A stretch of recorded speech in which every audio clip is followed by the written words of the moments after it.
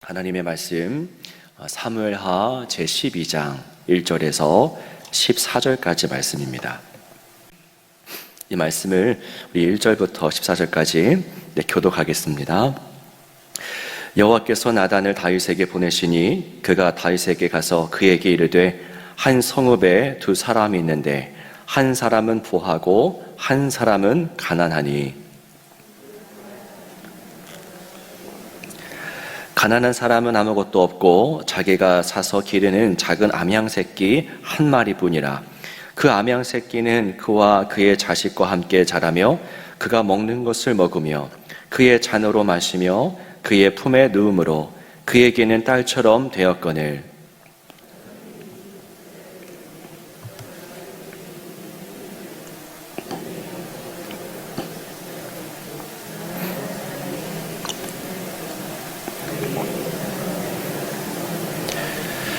다윗이 그 사람으로 말미암아 노하여 나단에게 이르되 여호와의 살아계심을 두고 맹세하노니 이 일을 행한 그 사람은 마땅히 죽을 자라.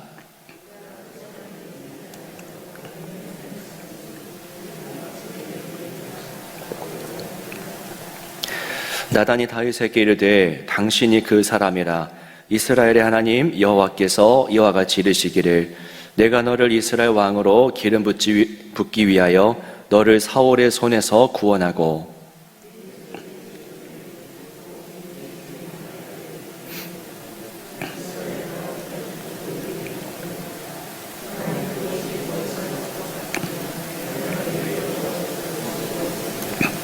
그러한데 어찌하여 내가 여호와의 말씀을 업신여기고 나 보기에 악을 행하였느냐. 내가 칼로 햇사람 우리아를 치되 암몬 자손의 칼로 죽이고 그의 아내를 빼앗아 내 아내로 삼았도다.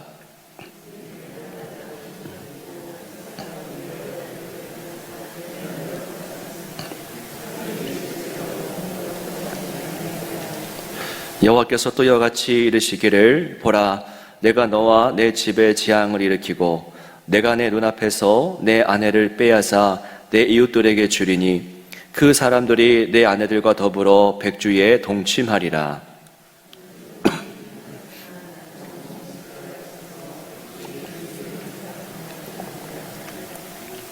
다윗이 나단에게 이르되 내가 여호와께 죄를 범하였노라 하매 나단이 다윗에게 말하되 여호와께서도 당신의 죄를 사하셨나니 당신이 죽지 아니하려니와 이 일로 말미암아 여호와의 원수가 크게 비방할 거리를 얻게 하였으니 당신이 낳은 아이가 반드시 죽으리이다 하고. 아멘. 네, 주님의 평강이 오늘도 여러분의 삶 가운데 가득하기를 축복합니다. 오늘 특별히 저희 여전도회가 국군기독부인의 찬양을 맡게 되었는데요. 위에서 함께 또 기도해 주시고 참여해 주시면 감사하겠습니다. 다윗이 밧세바와 동침한 이후에 성경은 이 모든 사건을 이렇게 정의를 내렸습니다. 어제 본문 마지막 절인데요. 다윗이 행한 그 일이 여호와 보시기에 악하였더라 라고 합니다. 자, 다윗은 자신이 범한 일을 가리기 위해서 밧세바의 남편 우리아를 사지로 내버렸죠. 그러니까 한순간의 쾌락을 위한 그 쾌락의 값으로 우리아의 생명이 날아가 버린 겁니다. 하룻밤 즐기려고 그 한 생명, 무고한 생명이 죽게 된 것이죠. 자, 사람의 눈은 속였습니다. 그럴듯한 방법으로 지혜를 동원해서 사람의 눈은 속였으나 그러나 하나님의 눈은 속일 수가 없었던 것이죠. 자, 거룩하시고 정의로우신 하나님, 그리고 죄를 죄라고 지목하신 하나님, 죄와 절대로 공존하실 수 없는 하나님, 그분이 우리가 믿는 하나님 아니겠습니까? 그 하나님께서 다윗을 향해서 말씀하기 시작하십니다. 나단을 통해서 이제 말씀하시는데요. 나단을 보내셔서 나단을 통해서 한 이야기를 전하게 하십니다. 우리가 잘 알고 있는 한 비유의 이야기죠. 부자와 가난한 자입니다. 부자는 가난한 자에게 있었던 한 마리의 양, 정말 애지중지 키웠던 한 마리 양을 빼앗아서 자기에게 온 행인을 위해서 대접합니다. 이 이야기를 쭉 듣던 다윗이 어떻게 반응합니까?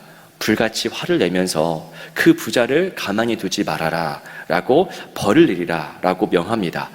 그때 모든 이야기를 다 들려주었던 나단이 마지막으로 한마디를 덧붙이죠. 7절 보시면 당신이 그 사람이라 라는 겁니다.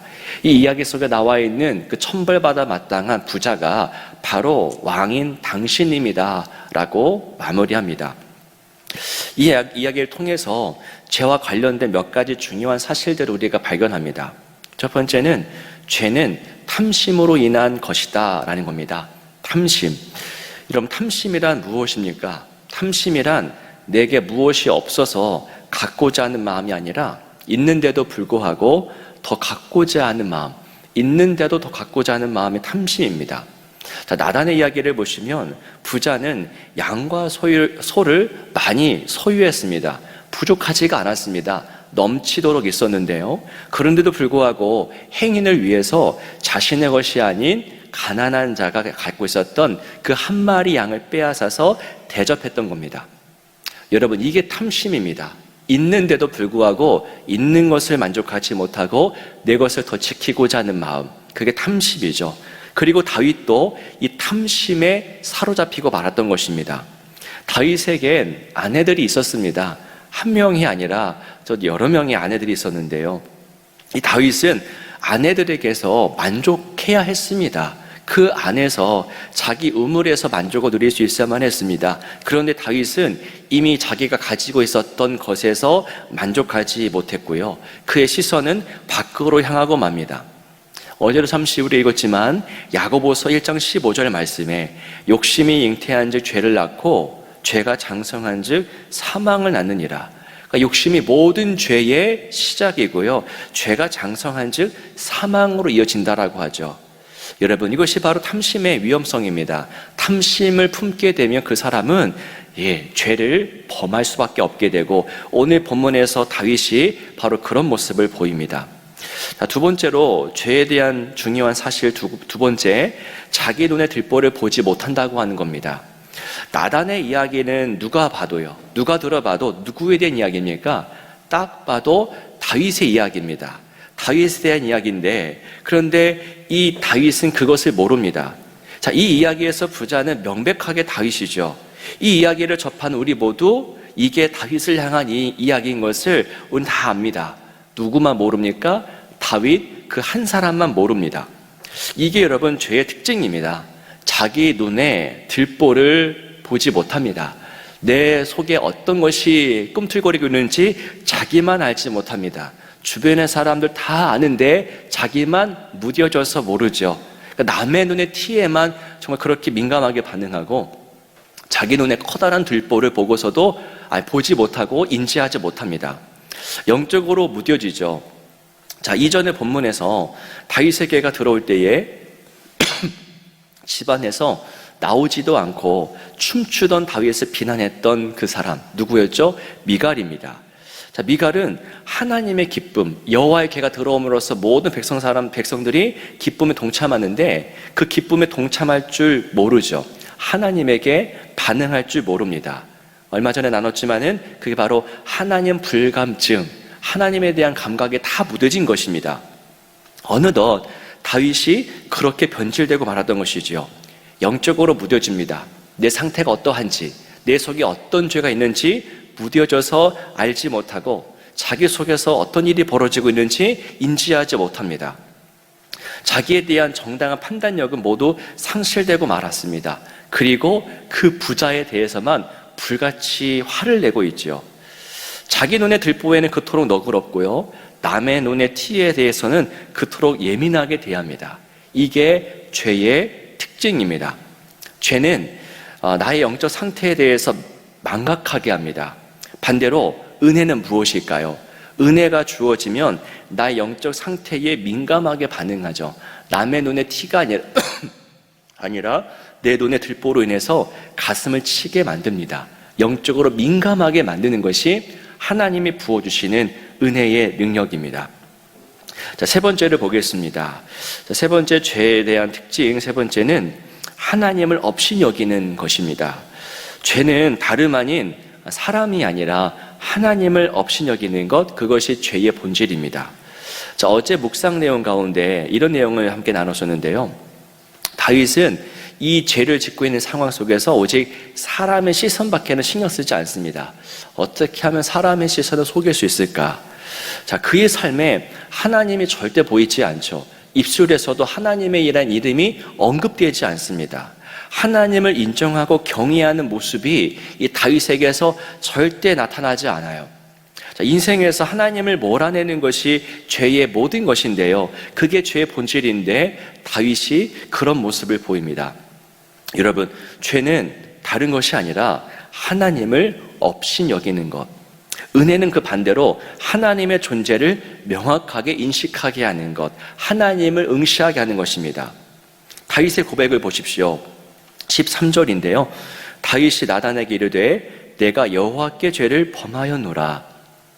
우리아에게 또 바세바에게 죄를 범한 게 맞습니다. 그 사람들에게 피해를 준 게 맞아요. 그런데 죄의 궁극적인 내용은 무엇이냐? 하나님께 대해서 범한 겁니다. 그래서 다윗은 내가 여호와께 죄를 범하였노라 라고 고백하는 것이죠. 여러분, 모든 죄는 하나님께 대한 반역입니다. 그래서 우리는 죄를 지었을 때에 사람에게도 용서를 구해야 되지만은 결국은 하나님 앞에 나아가서 무릎을 꿇어야 됩니다. 사랑하는 여러분, 우리 속에 있는 죄를 응시하는 그런 복된 삶 되기를 축복합니다. 그러니까 우리 속에 있는 죄를 민감하게, 정말 그 죄를 보고서 가슴 아파하는 그런 심정이 우리 모두에게 있기를 원합니다. 죄는 여러분, 죄를 망각하게 합니다. 이게 죄의 특징입니다. 그래서 죄가 죄를 부르죠. 한 번 죄를 지면은 계속 죄가 눈덩이처럼 불어납니다. 그러나 은혜는 그 죄를 똑바로 바라보게 합니다. 그리고 죄로 인해서 가슴을 치고 눈물을 쏟게 만듭니다. 그게 은혜의 능력입니다. 하나님이 다윗의 죄를 드러내시지요. 나단을 통해서 그 죄를 막 부각시키십니다. 왜 그러십니까? 다윗을 사랑하기 때문입니다. 다윗에게 한 번 더 기회를 주시는 겁니다. 자, 앞서 말씀드렸듯이 하나님은 죄와 공존하실 수가 없습니다. 함께 하실 수가 없습니다. 왜 다윗의 죄를 드러내셨을까요? 다윗이 그 죄를 보고서 가슴을 치고 돌이키게 하시고, 그래서 뭐 하기 위해서입니까? 그 다윗과 함께 있고자 하기 위한 것이죠. 여러분, 하나님 우리와 함께 하기를 원하십니다. 하나님이 원하시는 것은 세상 다른 것이 아니라 여러분 한 사람 한 사람의 마음입니다. 여러분의 마음을 원하고 여러분과 함께 거하기를 원하시는 분이 하나님이시죠. 그래서입니다. 그래서 하나님은 우리의 죄를 때로는 드러내시는 겁니다. 죄를 책망하시는 것이죠. 어떤 말씀을 통해서 또는 상황을 통해서 우리의 부족함, 나의 실수, 나의 죄를 부각시키십니다.